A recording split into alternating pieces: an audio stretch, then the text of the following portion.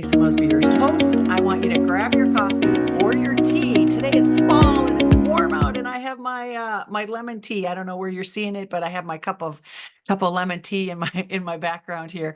So grab your coffee. Today we're going to delve into the heart of generosity and its impact. And today's topic is called "Live More and Give More." So I invited my dear friend LeAnn Lyon here. You have all seen her before.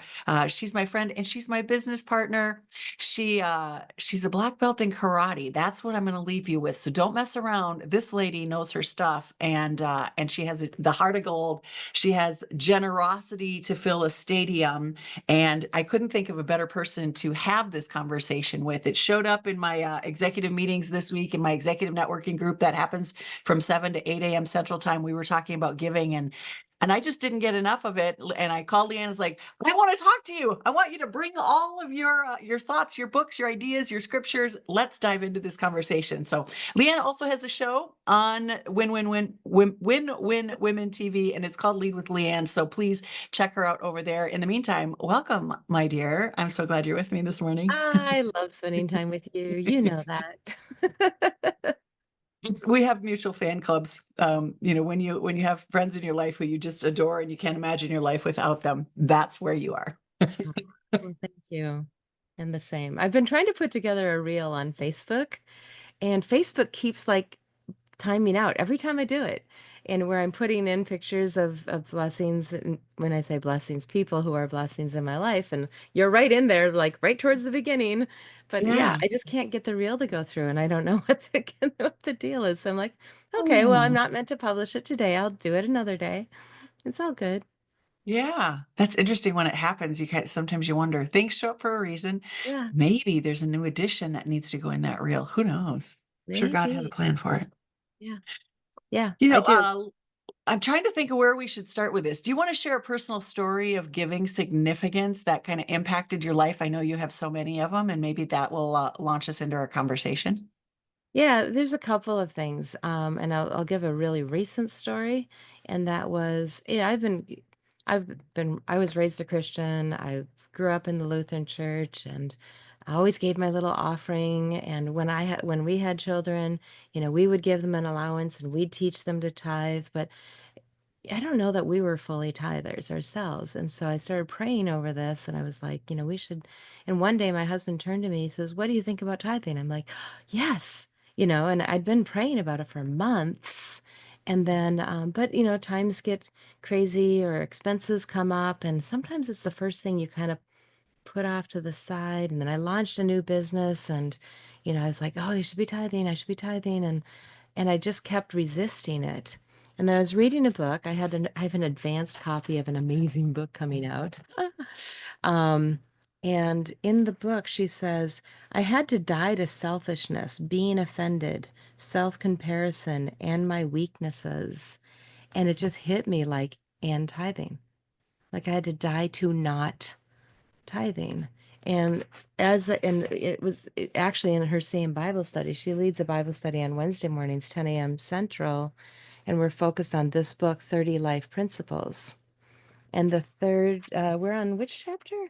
The 23rd chapter is called You Can Never Outgive God.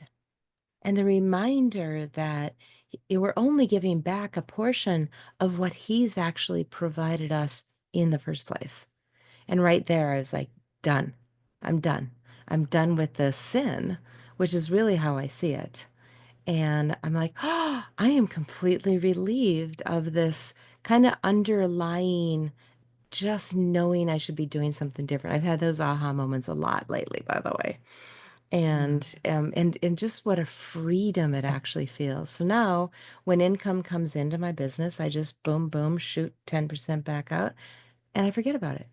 And it's so Yeah. easy to do with phones and apps. I mean, it just boom, it lands, boom, it goes, and I'm done.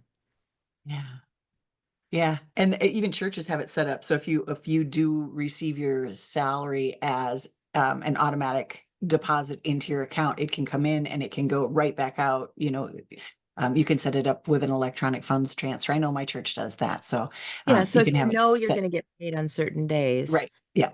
out on certain days as well. Mine is Yeah. not that. No, we're both commissioned, so there's no consistency. And I Yeah, know they say you need to be consistent. It's like, but when the money comes in, the yep, when it comes, consistency is the act of tithing, but the day may change based on when we get paid. yeah. Or if I get paid 10 times in a month, then I just tithe 10 times in a month. It Sometimes. costs me 30 cents to do it. And it doesn't even cost, the church will pay the 30 cents. I think I can do that too. But there's no additional expense to the number of times that I send money through this method. So Yeah. that's one story. But I have When others. we think of giving, a lot of time you went straight to tithing, but I giving did. is so much more than that. So Oh I yeah. think depending on the person that we were talking to, giving will show up differently. Like everyone will answer that question differently. Perhaps they receive something, and so they identify their experience of receiving and can describe what it felt like when someone gave to them. Perhaps it would be, that you were, in my case, I was raised with giving. You volunteer your time. Yep. We started when we were 5, 6, 7 years old. I was in karate, like you, and the owner of our dojo has a child with muscular dystrophy, still has a child with muscular dystrophy, and they would do fundraisers for muscular dystrophy. And this is when Jerry Lewis did a telethon on Labor Day for it was called Jerry's Kids, and it was a 24-hour telethon to raise awareness and funds for muscular dystrophy. And at this is pairing my love for the Minnesota State Fair that I've worked at 21 years. We would go to the Minnesota State Fair and do these expos in the education building. We were on stage and we would do demonstrations and forms, and we were the only kids in karate at that time. This was 40 plus years ago. Not a lot of kids were in karate at that time. And so I called it my dancing monkey years, where I would get up and entertain people with these activities. And then they had a booth outside, and they had a huge fishbowl that my little brother could fit in, and people would throw money into that when we did things. So I was jumping over stuff and breaking boards with my feet and punching boards, and the adults were doing things as well. But this is how I've linked up giving. We give of our time, and then we raise money and we give to organizations, for charities. We give to support people when they're going through times of Yep. challenge. you know, I think for me, what comes to mind is like how I felt about being able to do that. Like when you tithe to your church, you light up. When you talk about tithing, it's like you are experiencing something within your own self through that giving process. And I Yeah. remember that through that time. And then I've done a tremendous amount of volunteer work and started a couple of community gardens and things. And when people come and they receive that produce, that free produce, families that can't afford to pay for that, like you see them light up. And it's not about how they feel, it's like how I feel. So there's this two-sided coin when it comes to giving. Have you experienced that? Yeah, in fact, I really look at my business the same way. If you look Yeah. at, okay, I'm going to put 40 hours a week into my business, I'm going to tithe 4 hours of that. And so when you're looking at a business development, you need to allocate. You need to have some time dedicated to working on your business, some time dedicated to working in your business. You have to do marketing, you have to deal with the finances. There's all this stuff. But I also looked at how can I just generously give of my time, up to 4 hours a week. And part of that is I do two hours of Q&A calls where literally anybody can come in and just ask me any question, and I just pour into, what I know and how I can help. And I have a couple of other calls where I do similar things, but on a more focused level. And I don't charge for those hours. There's no fee, there's no monthly membership or anything. People tell me I could. They're probably right, but then it wouldn't be generously giving. But I have another thought about giving. And Sometimes yeah. too much. Um, Sometimes, and this came up actually on my show just yesterday, sometimes we are so like, oh, I'll just give it to you. I'll just give it to you. So, and that's a common thing. Now, my guest yesterday, who started her business in 1984, so it was a fascinating conversation. She said that for years she was helping her friends to write speeches and write acceptance speeches and write these different things. And she would just meet with them, talk with them, get the voice right, get the stories right, really craft these things. And then one day a friend who had plenty of money said, "You know I would pay you for this." She hadn't been charging for it. And she's like, "No, I just thought this is what I did for my friends." And that was her aha moment to say, you know what? We deserve to be paid though for our gifts. We don't have to be like if you think of the story of the woman with the oil in the New Testament. Yeah. She and her son were down to like their last pennies. And I think Paul or somebody, Peter, told her to go collect all the jars that she had and to start filling them with oil. And so she had this one little jar of oil and she started filling jar after jar after jar. This is a similar story to the loaves and fishes story, if you know that one. Of course you Mhm. do. But the oil, she filled every jar she had, and then the oil ran out. And then she said, "Okay, I filled all the jars. What do I do now?" He said, "Sell it." He didn't say, "You got it for free, so go give it." Yeah. He said, "Sell it." Yeah. Provide, become a So provider for your family. Yeah. become the provider for your family. So just because you receive a gift or a talent, a skill, doesn't mean you should just give it away. Yeah. And you can tithe. You can tithe your time and you You can have tithe it. your gift as well. So, but you do that with that mindset of, there are some people that need a hand up or, a leg up, so to speak. And you can have scholarships for those people. You can have, time or tithe set aside to Yeah. support and pour into those people. Everybody needs assistance sometimes, but we also need to get paid for our gifts.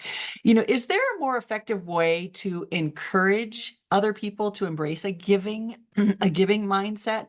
Because I don't know, I want to use an example, but I don't want to offend this person. And if they ever saw this, they would know this. But there are some people that it's just take, take, take. It's mine. It's like, I worked, I deserve, and there is no give back. Like it's just some folks have this accumulation place. And I don't want to pass judgment on anyone. If you're listening to this, if you've not been a giver, if you don't tithe, if you, if it's not a part of your regular day, maybe you didn't know how. I was raised with it. In fact, I have often, like LeAnn said, there can be too much giving. I have been criticized because I give too much, I volunteer too much. And if I just, it's been said to me, if I spend as much time making money as I did volunteering, I'd be rich. And it's like, well, God's a pretty good provider. I've been okay so far. I don't need piles of money and storehouses full of it. I have enough. I have a roof over my head. I have food in my belly, and I can volunteer and I can help people. And the richness that I get in my soul and my heart and who I am is payback enough for that time. But how do we encourage people to experience this, to maybe embrace a giving mindset? Thoughts on that, LeAnn? Yeah, I'm actually looking up verse. So I kind of figured. I saw your eyes down there. I'm going, kind oh, of she's got a book. goes, go back and actually looking up on in the Bible, actually on my app. Oh, okay. So Philippians 4:19, which I had to look up, by the way. I'm not that good at this stuff yet, but Philippians 4:19. Um, and again, if this person isn't a scripture Bible believer, Jesus believer, it might be a little harder to say, hey, listen, scripture. But 4:19 says, I have well, 18 actually. I've received full payment and have more than enough. I am amply supplied. Now that I've received from, I cannot pronounce this name, like a lot of names in the Bible, the gifts you sent, they are in a fragrant offering, an acceptable sacrifice pleasing to God. And verse 19, and my God will meet all your needs according to the riches of his glory in Jesus Christ. And so it's sometimes I think when people are hanging on so tight, they have a fear that they believe it's, well, first of all, they believe they earned it. They don't see it as a gift. And when you see that everything is a gift, then it's a lot easier to let it go, I think. But Yeah. this is why scripture is so important. I have a lot of people in my world right now, a lot of people who are like, oh, well, the Bible is just fiction. You know that, right? they'll actually tell me this. And I'm like, have you read it? Because the version I'm reading right now, I'm actually walking through the entire thing again. I'm on day 10, and I'm doing it in what's called a chronological order. And the detail, this particular version that I'm doing, it actually gives dates. And if you read, like, so I'm way back in Genesis, like the first book, but it actually gives dates like, here it is. I'm gonna not choose that one for my own reasons, but here's the devotional. 1728 BC, Joseph, now 17, angers his brothers and almost loses his life. They're putting dates on this. And if you really look at Genesis and a lot in Chronicles and Kings, they're very specific. I mean, this isn't just somebody made up these names that I can't pronounce. Yeah.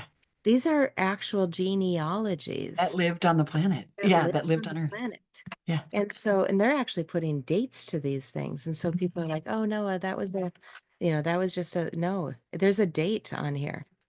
And Hmm. so when you start to see it as what it was called to be, actually God's word, actually, yes, people had to write it out, but they were God and divinely inspired. If we hold that that's true, then it just changes your perspective on these different things. And people say, well, but there's so much contradiction. And I'm like, well, there were a lot of people Yeah. And that's doing why a you lot should of read the bad book things. by called Case for Christ by I think it's Strobel is the last name, and he's a retired police detective, and he was an atheist and set out to prove that the Bible is false. And there's no way that there could be any truth in that. And the exact opposite is what happened. He used his detective skills, and it's a great story. I got to see him speak some time ago. I've seen him a couple of times, and the book is called "It's a Case for Christ," and he actually shows the case from a detective's perspective on why the Bible is true, and the dates and how they line up and all of those things. So if you're in that space and you're not sure, or if you have people in your life that you may want to help, expose them to the Bible in a different way, that might be a place to start. Have them check out why, as an atheist, he decided to believe that it is true. The other thing Yeah. I think sometimes we lose sight of is, do you know what a parable is? I mean, you know what a parable is. You're an avid reader. So a parable is, it can be a true story, but we use analogies like the Sea of Galilee. The Sea of Galilee is like Lake Calhoun here in Minnesota, the former Lake Calhoun. It's not like when we think of I think of a sea, the Red Sea or the Black Sea. Some of these seas are massive. But the Sea of Galilee is this smaller little lake, and you can see that on some of the maps and things, that it's not ginormous. People can actually walk around it, where some seas you wouldn't be able to. So I think in terms of description, then we think that people are lying or there's this made up stuff, and it's language, it's interpretation from other languages to the English language. So some of those Yeah. things get lost in translation, or they can be looked at like it's a parable, it's a description, and it's not true. And so that's why we have these scholars who dive into and explain. When you get into a Bible study and you get to look at every word or every sentence, the clarity starts to come, and you start to have an understanding, and you can see the bigger picture. So I think there's Yeah. lots of reasons why we can call untrue, and that it didn't really happen. But when you actually spend the time and investigate and invest in your soul and your, savior, you'll learn, you'll know if it's And I'll true or just not. say, if anybody's like, well, where do I start? It's a big book. It Yeah. is. But I would start with the Gospel of John. It's the fourth gospel. And I only learned recently what gospel means. It's actually a stolen word from the Roman language. The emperors of Rome, there were gospels of each emperor, which is their birth, their life, their death. That's why it's called the gospel of Jesus Christ. All four gospels talk about, at least, not all four talk about birth, but over the four, Life and birth, the life. death. And so Yeah. all of them are set up that way. That's why they're called gospels. I never knew that before. I didn't know that. The Yeah. fourth gospel is the Gospel of John. Yeah. And all of them are great. Read all of them eventually, but John is just so it was the first one that I was told to read. When I Yeah. really said, I really want to start studying the Bible, that's the gospel I was told to read. And in reading it, I was like, this is this is fantastic. And in terms of almost fantastic, like unbelievable fantastic. But if you really see, these were real things that really happened. It's amazing to say, how can anyone doubt that Jesus was the Son of God? Because really, nobody else can do the things that he was doing. Even though in the end, he commissions us to go out and do the same and more, which is mind blowing because we've really lost that as well. I want to go back just a moment. There's another book that's out recently, and it's specifically about, you know, the science and how science lines up with the Bible and really proving the Bible through science for those people who are like, science, we need science, we need science. Well, science is all theory. It's called a hypothesis, scientific hypothesis. Yeah. The And scientific method. Hmm. scientific method is all guessing. Yep. Guess and I check. got in a Guess. huge argument with one of my teachers about this. It's like, this isn't true. Oh my gosh. They kicked me out of my class because I was like, you're Mm, just making stuff up and then you're making your like I can make numbers do anything. I can steer them any yeah. direction I want to. And that to me was what the scientific method was in my molded, my learning brain. So I get what you're saying. It's like, that's pretty made up too. There's a real book, you can find it, called How Yeah. to Lie with Statistics. And Yeah. and we're lied to all the time with statistics. There's one other part I wanted to share. You shared the story of that gentleman who went out to prove that. So in this again book that I is got it's coming out really soon. So but there's one part in here that just even as a believer, it floored me. It says that we can learn from those who radicalized their rejection and hatred towards God and the gospel of Jesus. Here are the final words of some famous atheists before their deaths. And she has several in here. Thomas Paine, David Hume. So Thomas Paine was famous as leading political activist and atheistic writer in the American colonies. David Hume, a Scottish atheist, philosopher, and essayist, famous for his religious skepticism. Sir Francis Newport, politician and head of the English Atheist Club, to those gathered around his deathbed, he said, "You need not tell me there is no God, for I know there is one, and I am now in his presence. You need not tell me there is no hell. I feel myself already slipping. Wretches, cease your idle talk with there being hope for me. I know I am lost forever." This is on his deathbed. I know I am lost forever. Oh, that fire. Oh, the unsufferable pangs of hell. It goes on. I mean, this is what they saw. Charles the Ninth, French king, urged by his mother, he gave the orders for the massacre. He had a similar thing. Anton Levy, American author, musician, and Satanist, who wrote the Satanic Bible and became the high priest of the Satanic worship. And I'll end with this one. His dying words were, oh my, what have I done?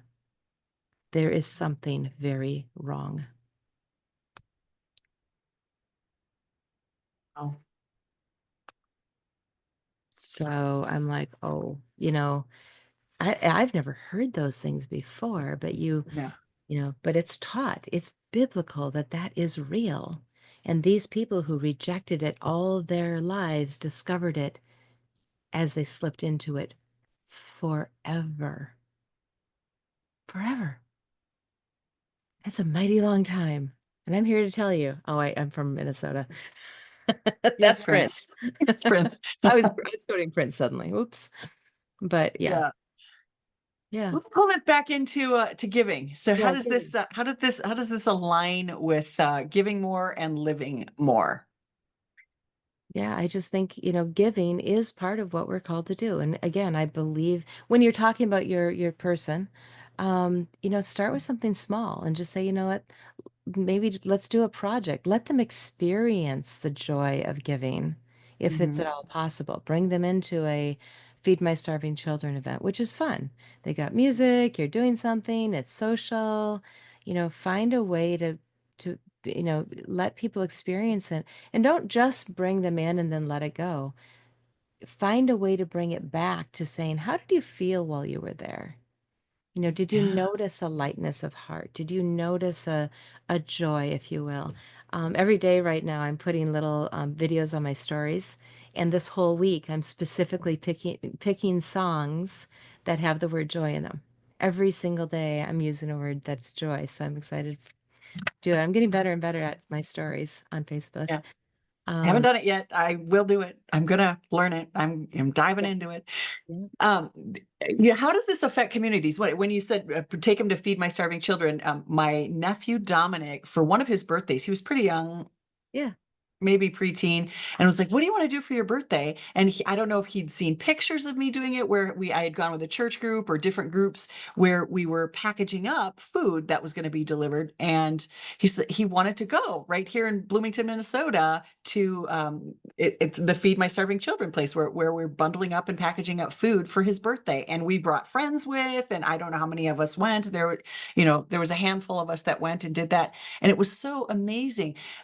When we introduce this to kids, I love that idea of taking them to have that experience, or how I got to have that experience of making contributions to muscular dystrophy and seeing the big check after they counted the money, and being on TV and it getting donated, and how happy people were. Like, it affects us. We get to feel good when we do that. But how do we take those acts of generosity and transform our communities?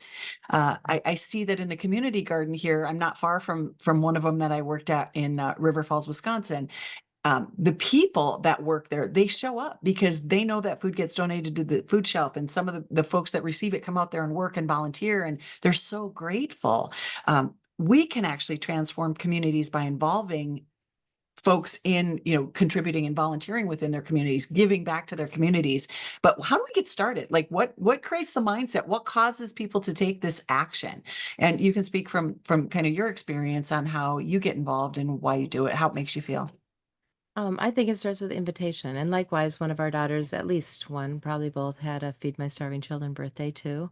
And they Oh make yeah. it special for kids. And I do think inviting is the thing. You invite people to, have a cup of coffee. You Yeah. invite people to have a conversation. Invite people to do something with you where there is a giving part of it. Um, but I also think, inviting children is so brilliant. Um, Mhm. in the last month or so, my husband and I have been blessed that a little neighbor girl who has helped me, I broke several bones in my body this fall. Yay. And she was coming over every day to water the plants because it was difficult for me to do it. And so she started watering the plants. Turns out she loves watering the plants. She's like, I don't know what I'm going to do this fall when I don't have plants to water. I'm like, well, you can come in and water. I'll try to keep some plants alive in the house for a change. Come on in and water those. But one day, just spontaneously, I said, hey, we're going to Bible study. They have a kids program. Would you want to go? And I'd already talked to her mom about this before I just did this. And her mom was like, yeah, I don't care if they go. I just don't have the energy or desire to go. And I Yeah. said, that's great. So we invited her and she loves it. And Um, so the second time I took her, she had found some coins in my car and she'd, found them, collected them, organized them, and then she handed them to me and I put them in my pocket. And then when we walked in, I said, all those coins you collected? Do you know what an offering is? Of course she didn't. no. And so I said, here's the first offering you can give. And she was so excited to be able to give that offering. So children can lead their whole families back to church. It happened in my family. My Yeah. daughter, when I did lose my focus for a couple of years, it was my daughter who said, Mom, will you go to church with me? And it changed my life. A year Yeah. later, I was water baptized. So invite people to do things. It doesn't have to be church. It can be go to an event, go to there's so many things out there. I mean, people are doing fundraisers all the time for somebody who's been in a car accident. Go to the car accident, donate some money, or donate your time. Mhm. I don't know, there's so many things I can think of. And best of all, get to know the person, know what touches their heart, and invite them to do something that's a match, and you just have to look for, well, and I would say pray about it. If you're the specific person you're looking to soften this direction, pray, say, hey, show me what will attract them. Show me what they will say yes to. But then again, I believe you need to follow it up with, how did that feel? How did you like doing that? And I don't care. Volunteer at an art museum, volunteer. There's so many volunteer opportunities. In Florida right now, after the Hurricane Milton, there's like people volunteer just going cleaning trees off people's yards and helping people take care of and fix up things that have broken around their house. There's there's always plenty of opportunities, and it's interesting during times of trauma, during times of need. When we have weather and things like that that cause so much destruction, people come out and we pass political lines, we pass religious lines, we pass all of these things to the side, and we just become human and we serve where it needs to be served. Why can't we be that way every day? Why does there have to be this riff and, Republicans and Democrats? It's like we are human, and there is something foundational that all of us need: food, shelter, love, compassion. It'd be nice if on a daily basis we could look past all of those things that divide us and come together as humanity and give. The last thing, I know we're getting close to our time here, but I want to talk about giving and receiving and taking, like givers, takers, and receivers. To me, it's giving and receiving is what we often hear, but I throw that word taker in because I think it's a completely different energy than receiving. When we give, there's this expectation of receiving, or maybe you don't receive from that person, but when we give, we put into the world. They say, my dad always said, be careful what you put into the world because it'll come back to you tenfold. So if you sow nastiness, you're going to get 10 times the nastiness coming back at you. If you sow love and kindness, if you water that, that's what's going to create fruit. That's what's going to come back into your life. And then there's this piece out here that's just, I call it the taker. And we might need to identify those folks because we do want to give. I want to give, I want to support, but there are people that just keep taking, taking, taking, taking, taking, and they don't really fall into the giver or the receiver. They're coming from a different place. So do you want to chime in on this? Have you had some experience in this realm? Don't we all? Um, Figure. but as you were saying that, and I was, hearing what you were saying, and just for me trying to listen to what to say about it, takers are sowing an energy, and they will receive back tenfold that energy. So, I think the takers, that that they're seeding poverty, and they'll receive poverty. It maybe not financial poverty, but other sorts. Like you said, what we give, just because we tithe, say, money, doesn't mean we get it back in money. And, you've never seen a hearse with a U-Haul, right? So it doesn't need to come back that way. Although we are promised to be provided for. Even the sparrows are provided for. One of my favorite songs by John Gray, I think his name. And, even the sparrows are taken care of. So we should never have to worry about being taken care of if we're obedient to what we're called to do. But takers aren't obedient because we're not called to do that. So they are sowing that lack, and they will receive tenfold lack. And maybe they're receiving back, they're not giving in one way, but they're receiving lack tenfold in other ways. Does that make sense? It does, yeah. And we don't give with the expectation of receiving. It's what happens. We know that when we sow, we get to harvest. When we knock, the door will be answered. And Right. so when we give, there's a a receiving that will happen. And it's equally as important to be a gracious receiver as it is to be a gracious giver, because the person that is giving to you, if you receive and you're a gracious receiver, they will feel good about what they did. And then it's okay to receive. But it really is an ebb and flow that we can't always just be sucking the world dry. And it's not all about us. It's about a little bit about us and how we feel, but it's also about how other people feel when they give and when they receive. So it's a Yeah, beautiful we thing. were blessed by some people coming out to help us again, with my foot being broken. Like there's things I still can't do. I'm still not supposed to lift because of broken ribs. Yeah. So this little girl coming over though and watering the plants, and I thought, oh, I should pay her for it. And then I thought, you know what? It's okay for her to learn to just serve. And I Yeah. didn't. But towards the end of the summer, there was a garage sale on the street. And I said, did you go to the garage sale? She goes, yeah. And I said, did you get anything? She goes, no, I don't have any money. So I quick texted her mom and I said, is it okay with you if I go? So we went there and she showed me three or four things that she wanted, but I looked for the light on her face. And the one thing that could be kind of an anchor for her, something that she would see and remember. She received this thing that she wanted. Um, Not because she gave, of her time and the watering, because she continues to do that for free, but just as a thank you from me to her as well. So it wasn't a payment, but it was Yeah. an appreciation. So as a tangible appreciation that I could give to her. Yeah, and it was a stuffed animal. It was cute, Yeah. you know. Oh, She's 9. yeah. Yeah. That's beautiful. So So it does come back. it Yeah. does go.